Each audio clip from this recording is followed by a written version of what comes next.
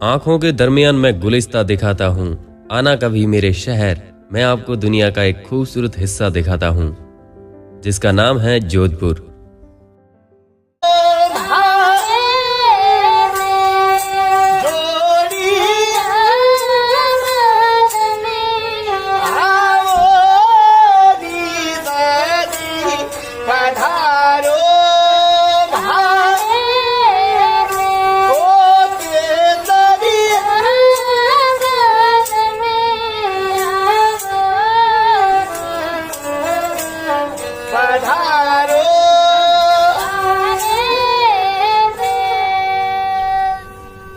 सूर्य नगरी के नाम से प्रसिद्ध जोधपुर शहर की पहचान यहाँ के महलों और पुराने घरों में लगे चित्तर के पत्थरों से होती है। जोधपुर के लोग बहुत ही मिलनसार होते हैं। यह सदैव दूसरों की मदद के लिए तत्पर रहते हैं। उलझी हुई घुमावदार गलियों, पट्टियों पर लगी दुकानों से घिरी है।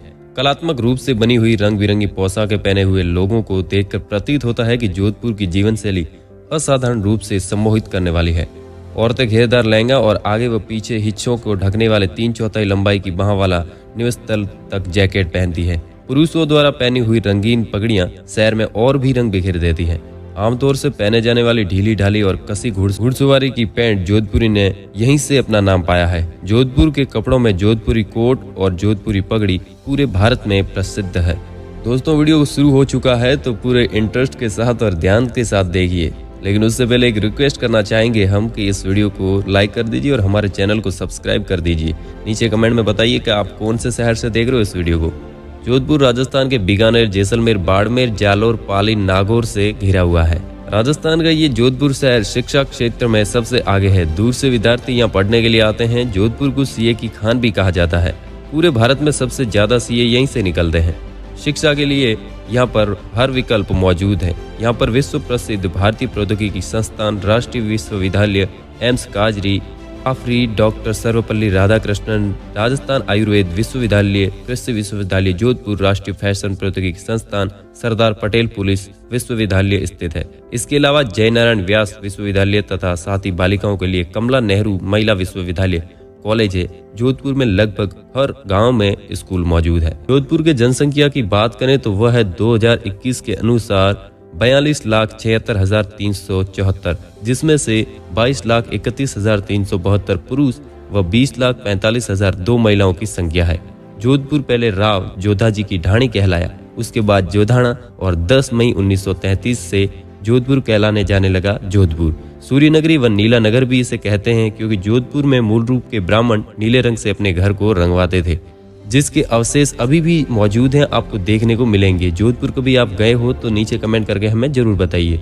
जोधपुर को थार मरुस्थल का प्रवेश द्वार भी कह सकते हैं क्योंकि ये शहर थार डेजर्ट के किनारे पर बसा हुआ है। और जोधपुर के क्षेत्रफल की बात करें तो 22,850 वर्ग किलोमीटर में फैला है ये। दोस्तों, एक नजर डालते हैं जोधपुर के प्रमुख मेलों के बारे में। ये बहुत जरूरी पॉइंट है, कई बार एग्जाम में पूछे जाते हैं। सबसे पहले बात करेंगे रामदेव जी का मेला, बालीनाथ जी का मेला भी इसे कह सकते हैं। तो अब आप सोच रहे होंगे कि ये तो जैसलमेर रूणीचा में भरता है, तो ये वाला मेला अलग है, और वो रूणीचा में भरता है वो रामदेव जी का मेला अलग है। मसूरिया पहाड़ी पर यह मेला भरता है, ये जोधपुर में स्थित है और यहाँ पर योगी बालीनाथ जी की समाधि मौजूद है। बाबा रामदेव जी के योग गुरु थे। फिर दूसरा मेला है वीरपुरी जी का मेला, यह मंडोर में भरता है, और नाग पंचमी का मेला यह भी मंडोर में भरता है। फिर है खेजड़ली वृक्ष मेला, खेजड़ली गांव में ही यह मेला भरता है। देखिए दोस्तों, यहाँ पर ध्यान दीजिए, खेजड़ली गांव जोधपुर से 26 किलोमीटर दूर स्थित है। इस गांव में खेजड़ी के वृक्ष ज्यादा हैं, इसीलिए इसका नाम खेजड़ली गांव है। 12 सितंबर 1730 में अमृता देवी बिश्नोई सहित 363 बिश्नोई खेजड़ी के हरे वृक्ष को बचाने के लिए खेजड़ली में ही शहीद हो गए थे।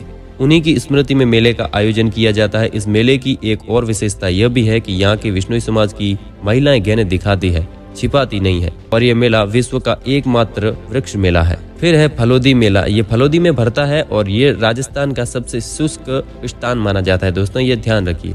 फिर है गीगा बेतमार मेला, जोधपुर में भरता है वैशाख कृष्ण तीज को।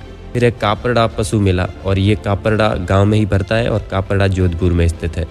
वहीं जोधपुर में राज्य की प्रथम मिट्टी की प्रयोगशाला भी जोधपुर में स्थापित हुई है, और देश का दूसरा आयुर्वेद विश्वविद्यालय भी जोधपुर में है और पहला गुजरात में है।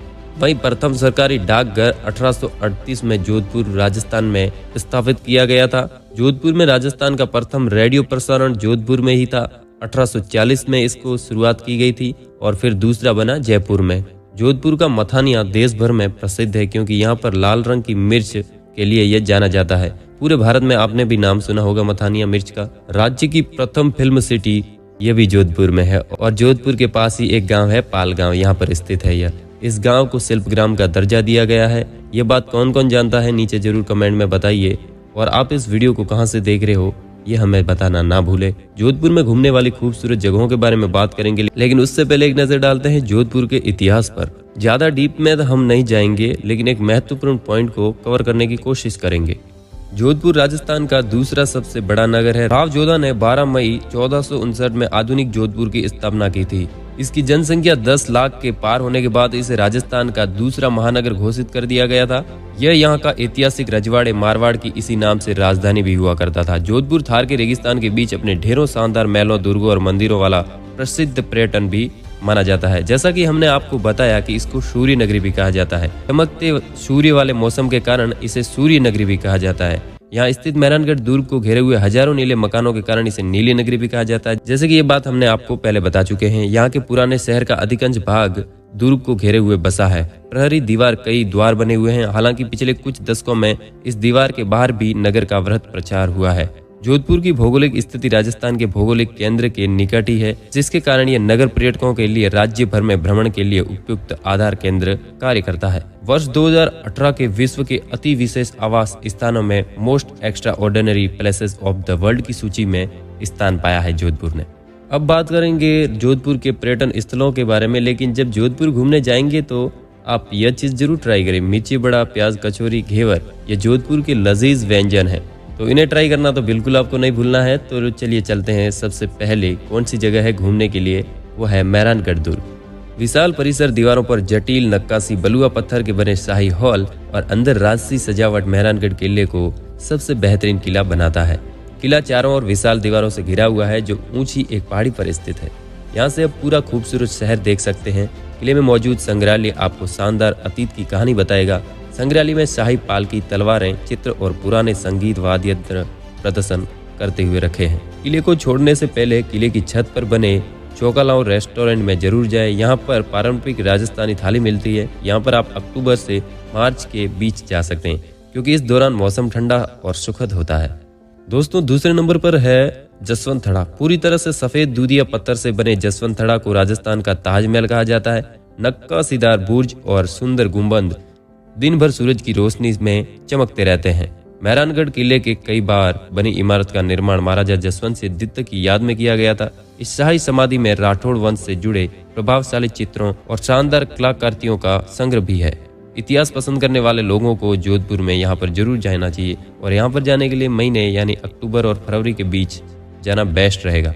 दोस्तों, फिर आप घूम सकते हो भोपाल का मंडोर गार्डन, जोधपुर का उम्मेद भवन पैलेस। देखिए, आपको उम्मेद भवन पैलेस के बारे में एक बात बता देते हैं। जोधपुर शहर में ऊंचाई पर स्थित उम्मेद भवन पैलेस कला का एक अद्भुत उदाहरण है। यह अभी भी शाही परिवार का निवास स्थान होने के साथ साथ एक होटल भी है। इसका निर्माण 1928 से 1943 के बीच जोधपुर के राजा उम्मेद सिंह ने करवाया था। उस समय इलाका में भयंकर सूखा पड़ा था। आम लोगों को रोजगार देने के लिए इस महल का निर्माण करवाया गया था।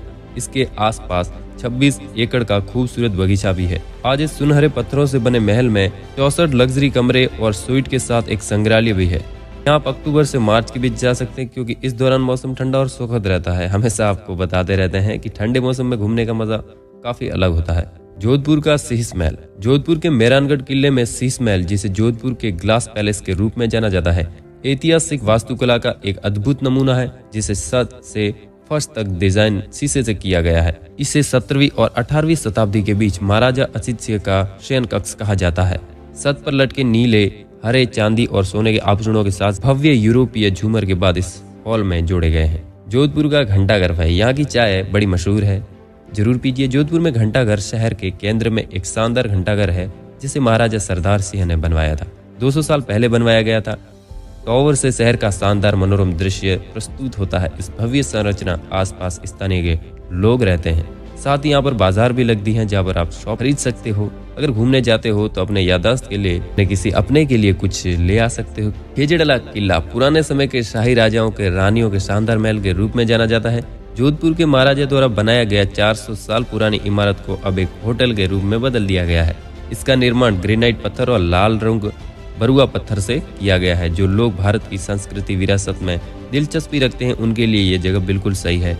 गर्मियों के मौसम में यात्रा करने की बजाय अगस्त और सितंबर में ही जाए।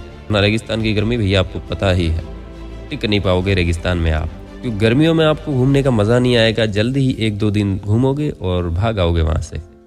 तो दोस्तों ठंडे मौसम में ही घूमने के लिए जाइए। और यह थी जोधपुर के बारे में छोटा सा वीडियो। उम्मीद करता हूँ यह आपको काफ़ी पसंद आया होगा। इस वीडियो को आप कहाँ से देख रहे हो, कैसा लगा है, वीडियो को लाइक कर दीजिए, हमारे चैनल को सब्सक्राइब कर दीजिए। मिलते हैं नए वीडियो में, तब तक के लिए जय हिंद जय भारत।